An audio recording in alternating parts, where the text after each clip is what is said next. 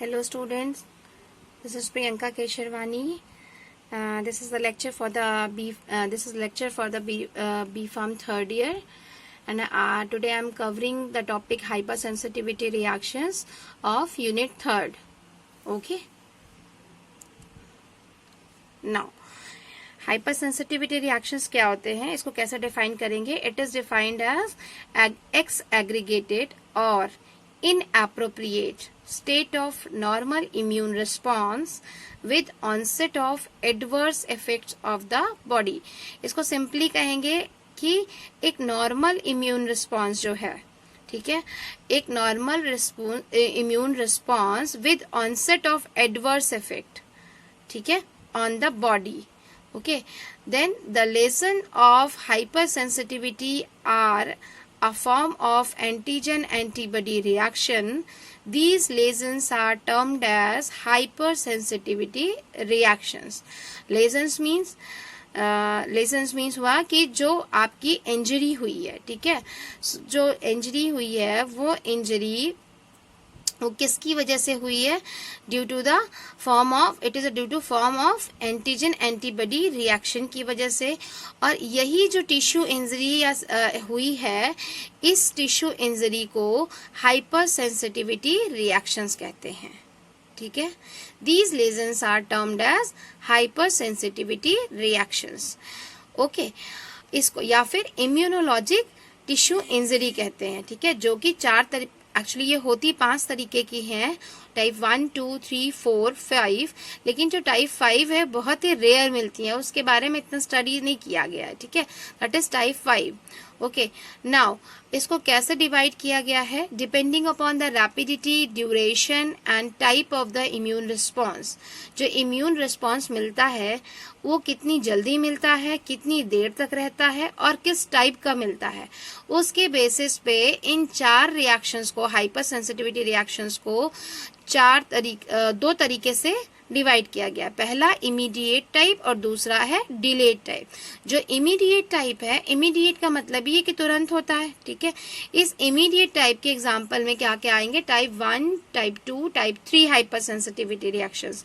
जबकि जो delayed type का है वो टाइप 4 टाइप का हाइपर सेंसिटिविटी रिएक्शन का एग्जाम्पल है. इमीडिएट का मतलब जैसे ही एंटीजन का एडमिनिस्ट्रेशन होता है, जो रिएक्शंस आता है, जो रिस्पॉन्स आता है, इम्यून रिस्पॉन्स आता है, with in seconds to minute में आ जाता है, ठीक है. और ये रिस्पॉन्स जो होता है वो किससे मेडिएटेड होता है? By humoral antibodies, that is B cell mediated. Okay, और एक इमीडिएट टाइप का ये भी कह सकते हैं कि ये एंटीबॉडी मेडिएटेड है, ठीक है. और जो डिलेड टाइप होता है वो आपका सेल मेडिएटेड होता है. सेल मेडिएटेड में कौन सी सेल काम करेगी? टी सेल्स काम करेगी. और जो एंटीबॉडी मेडिएटेड है उसमें कौन सी सेल काम करेगी? बी सेल्स काम करेंगे. वो बी सेल्स मेडिएटेड होंगे, जिसको ह्यूमोरल मेडिएटेड भी कहते हैं. ओके, अब अभी एक ये टेबल आपको हम दिखा रहे हैं. इस टेबल में आपको एक कंपैरेटिव स्टडी मिल जाएगा, फीचर मिल जाएंगे कि कौन से रिएक्शन के क्या प्रॉपर्टी होते हैं, ठीक है. इसमें देखो type 1, type 2, type 3, type 4. Features में देखोगे जब डेफिनेशन पे आओगे, टाइप 1 को एनाफाइलेक्टिक भी बोलते हैं, एनाफाइलेक्टिक एटॉपिक. एनाफाइलेक्टिक का मतलब होता है रैपिड रिस्पॉन्स. एनाफाइलेक्टिक का क्या मतलब होता है? Rapid response. और एटॉपिक का मतलब होता है कि एक हाईली रिस्पॉन्स जब आपका एक जनरल इम्यून एलर्जन के कांटेक्ट में कोई आता है तो, ठीक है, तो वो एटॉपिक होता है. ओके, नेक्स्ट है टाइप 2. क्या है? Reaction of humoral antibodies that attack cell surface antigen and cause cell lysis. ये ह्यूमोरल, इसे साइटोटॉक्सिक कहते हैं.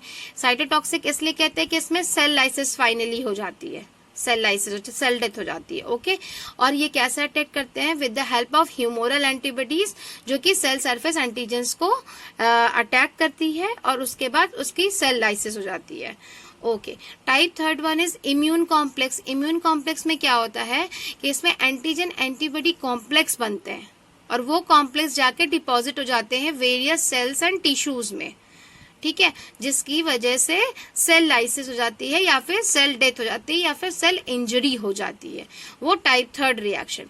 और जो टाइप 4 रिएक्शन है वो सेल मेडिएटेड है, तो डिफरेंट मेडिएटर्स इसमें काम करते हैं, डिफरेंट सेल्स काम करते हैं, इसके रिएक्शन स्लो होते हैं, लेकिन जो इसका रिस्पॉन्स होता है वो रिस्पॉन्स बहुत लंबे समय तक दिखता है। ओके, नेक्स्ट फीचर है इसका peak action time.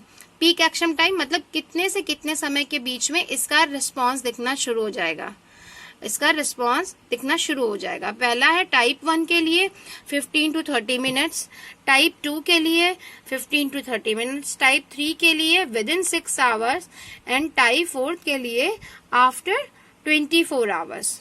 Okay, next है इट इज मेडिएटेड बाय, कौन टाइप 1 किससे मेडिएटेड होगा, IgE एंटीबॉडीज से। टाइप 2 किससे मेडिएटेड होगा, IgG और IgM एंटीबॉडीज से। टाइप 3 किससे मेडिएटेड होगा, IgG और IgM। ये सारे जो है IgG, IgM, इन सब की प्रॉपर्टीज आपको उसमें नोट्स में भी दी गई हुई है, ठीक है। ये सारे एंटीबॉडीज के टाइप हैं। ओके, एंड टाइप 4 किससे मेडिएटेड होता है, वो सेल मेडिएटेड होता है।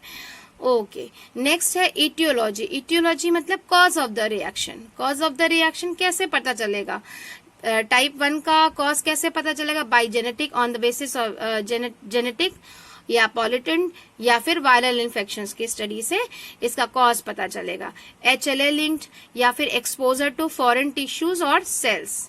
Okay, type 3 is persistent of low grade infections. Low grade infection लगातार रहेगा, एनवायरमेंटल एंटीजेंस की वजह से या कोई ऑटो इम्यून प्रोसेस की वजह से दिखेगा। और जो टाइप 4 है वो ये CD8 प्लस T सेल्स की कॉम्बिनेशन दिखेंगे या फिर क्यूटेनियस एंटीजेंस उसमें शो होंगे। तो ये इटियोलॉजी ये आपको दिख जाएगा किस कॉज की वजह से टाइप 4 रिएक्शन दिख रहा है। नाउ इसके एग्जांपल्स जो हैं, फर्स्ट एग्जांपल है टाइप 1 का सिस्टेमिक एनाफाइलेक्सिस। सिस्टेमिक एनाफाइलेक्सिस, उसका एग्जांपल जैसे administration of antisera and drugs या फिर स्टिंग्स।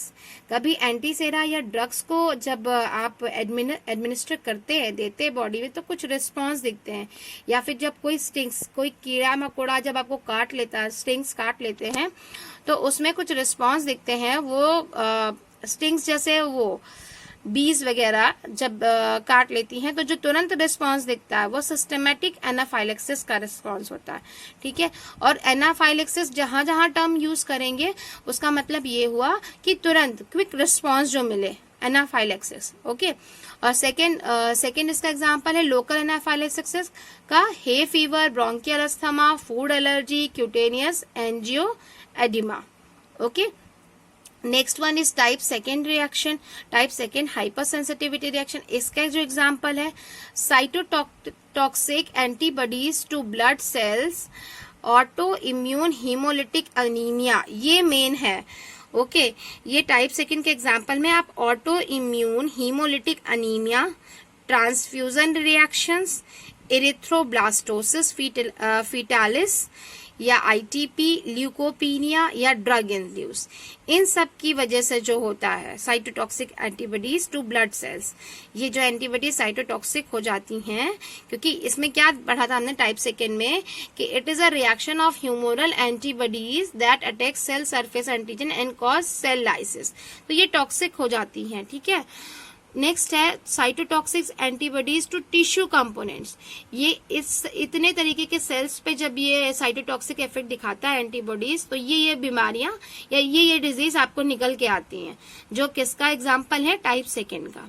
सेकेंड है cytotoxic antibodies to tissue component. जब टिश्यू कंपोनेंट पे ये एंटीबॉडीज एक्ट करेंगे तो उसके एग्जांपल है Graves disease, myasthenia gravis, type 1 diabetes, DM diabetes mellitus, hyper acute reaction against organ transplant. आपको इसमें से एक एक दो डिजीज सफिशिएंट है, बट यू मस्ट नो कि ये किस मतलब इसकी डेफिनेशन आपको पता होनी चाहिए। एग्जाम्पल्स तो 2-3 चलेंगे, लेकिन इसकी डेफिनेशन प्रॉपर आपको पता चलनी चाहिए।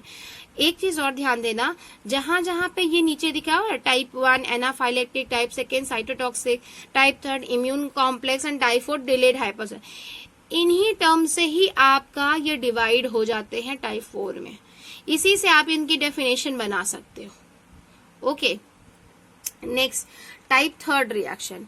जो टाइप थर्ड रिएक्शन है, टाइप थर्ड रिएक्शन के जो एग्जाम्पल है वो एग्जाम्पल है जैसे इम्यून कॉम्प्लेक्स ग्लोमेरुलोनेफ्राइटिस। कोई इम्यून कॉम्प्लेक्स बन जाता है एंटीजन एंटीबॉडी का, वो ग्लोमेरुलोनेफ्राइटिस कॉज करता है। ये कहाँ पे? किडनी में।